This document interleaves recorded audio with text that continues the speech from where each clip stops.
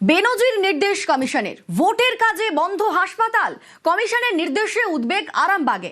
আরামবাগ হাসপাতালের 34 চিকিৎসককে ভোটের ডিউটি। চিকিৎসকদের ভোটের কাজে লাগাতে চায় কমিশন, আর কমিশনের নির্দেশে চিকিৎসা পরিষেবা বন্ধের আশঙ্কা। আমাদের সঙ্গে রয়েছেন প্রতিনিধি সোমরাজ। 34 জন চিকিৎসক ভোটের ডিউটি করলে চিকিৎসা পরিষেবার কি হবে? দেখো, চিকিৎসা পরিষেবা পুরোপুরি ব্যাহত হয়ে যাবে এবং যেভাবে আরামবাগ মেডিকেল কলেজে 34 জন চিকিৎসককে ভোটের কাজে ব্যবহার করার নির্দেশ দেওয়া হয়েছে, তারা প্রিসাইডিং অফিসার হিসেবে দায়িত্ব পালন করবেন। সেক্ষেত্রে প্রিসাইডিং অফিসার হিসেবে দায়িত্ব পালন করলে তাদেরকে প্রশিক্ষণে যেতে হবে, ভোটের জন্য তাদেরকে 4-5 দিন তাদের সেই ভোটের ডিউটিতে থাকতে হবে। অর্থাৎ সেক্ষেত্রে চিকিৎসা পরিষেবা পুরোপুরিভাবে বিপর্যস্ত হয়ে পড়বে আরামবাগ মেডিকেল কলেজে। এখন যেটা প্রশ্ন উঠছে যে কিভাবে সরকারি মেডিকেল কলেজের অ্যাসিস্ট্যান্ট প্রফেসর পর্যায়ের চিকিৎসকদের ভোটের ডিউটির দায়িত্ব দেওয়া হয়, এই প্রশ্নই এখন সব থেকে বড় হয়ে উঠছে নির্বাচন কমিশনের বিরুদ্ধে, যেখানে বিভিন্ন স্তরের সরকারি কর্মচারীদের তালিকা নির্বাচন কমিশনের কাছে রয়েছে। সেখানে কি করে সরকারি হাসপাতালে চিকিৎসকদের দায়িত্ব দেওয়া হলো, প্রথমত এই প্রশ্ন উঠছে।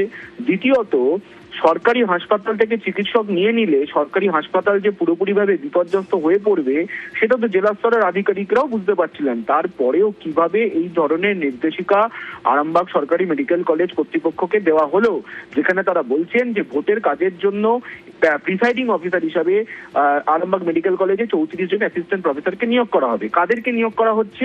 যারা বিভিন্ন ডিপার্টমেন্টে চিকিৎসা পরিষেবার কাজে যুক্ত রয়েছেন, যারা এমার্জেন্সি পরিষেবা সামলান, যারা ওপিডি পরিষেবা সামলান, তাদেরকে নিয়ে নেওয়া হচ্ছে ভোটের কাজে।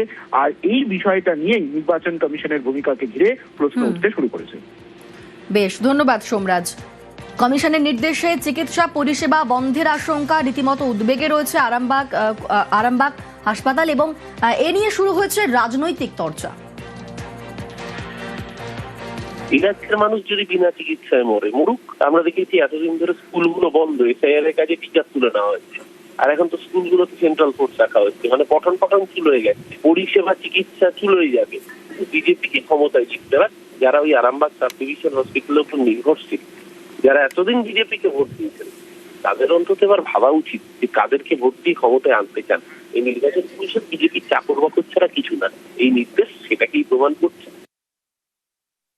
যা বলার কমিশন বলবেন। কমিশন কাকে কোন কাজে পাঠাবেন, সরকারি কর্মী হিসেবে ডাক্তারদের পাঠাবেন কিনা, সেটা নির্বাচন কমিশন ঠিক করবে।